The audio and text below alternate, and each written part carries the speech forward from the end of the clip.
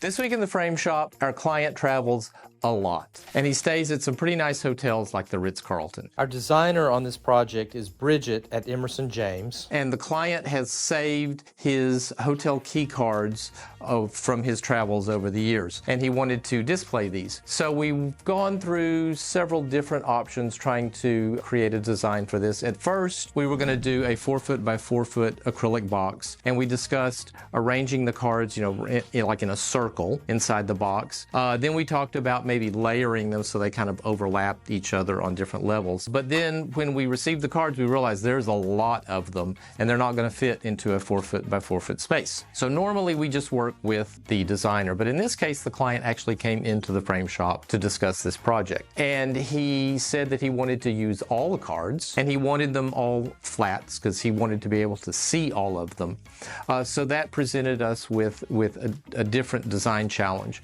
So I contacted the designer and said, well, how much space do we have? And she provided us with a picture of a credenza that is going underneath this, and the width of the credenza kind of defined the size of the piece. So once we had all of that, then we just started playing with the layout and the design. I took all of these cards and threw them out on the floor and played with moving them around. And the credenza had some gold hardware trim on it. So that gave me the idea and the inspiration to use gold acrylic mirror. And you can see that we left a gold border on this. We're using gold standoffs in the corners, and then we put a piece of clear acrylic over the top of that. So that all ties in with the credenza and allows us to display all of these flat. Now, a few of the key cards were an odd size. I thought they were all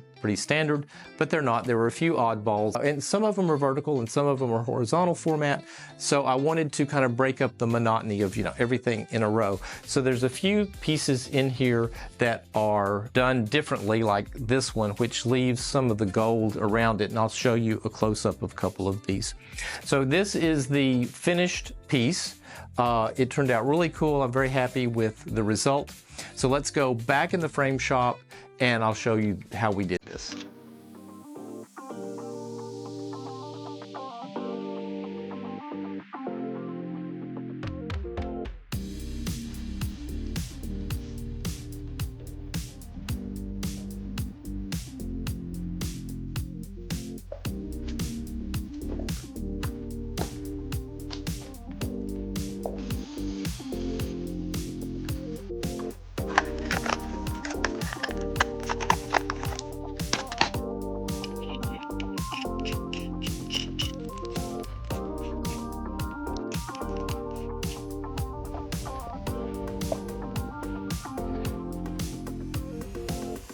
That's our project, so please subscribe. And a word about subscribing, this really helps me grow my channel. So when you click that subscribe button, it tells YouTube that what I'm saying and presenting is interesting, and it really helps me out. So please subscribe, and I'll see you next time in the Frame Shop.